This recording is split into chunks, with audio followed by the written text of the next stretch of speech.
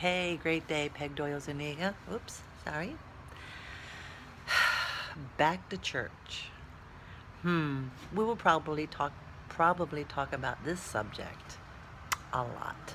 And the main reason being is the confusion of what the church is, why people congregate in the first place. And let me just sum it up. Fellowship, lonely. It's good for you to hang out with friends and family. It's really good for you. Unless you're talking about a damning gospel that is not helping this world at all. A God-damning gospel. God-damning gospel. And what I mean by that is a sin consciousness congregation that teaches their people to count their sins. And psychology-wise, what you focus on, you get. Gee whiz, that's an easy one.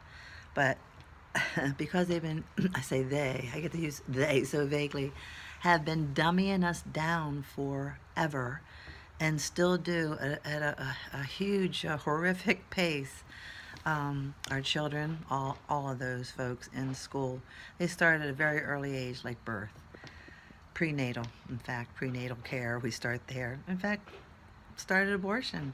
They start with something that's being created beautifully, and they want to make a rule or a law about should we let it live or should we let it die. Well, the powers that were, and I'm going to say were, even though some of it still exists and it looks horrific, I call things that be not as though they were, because we need to see a better ending. We need to understand a better outcome. We've created a very horrific outcome, and I was part of it, because, and I'm not talking about Christianity, just Christianity. All the rest of the religions, they're probably making up the same ignorant story and spreading it. Oh, I can feel everybody going off, oh, she said ignorant. Because you have listened to parroting people.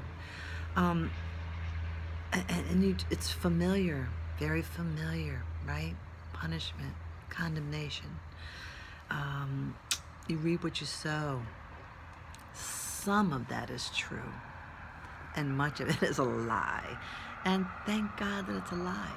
So, getting back to the organization of an organized religion, as we're coming into some troubled times, we're finding churches that are partnering with powers that be to make sure that you're not aware of what's going on here.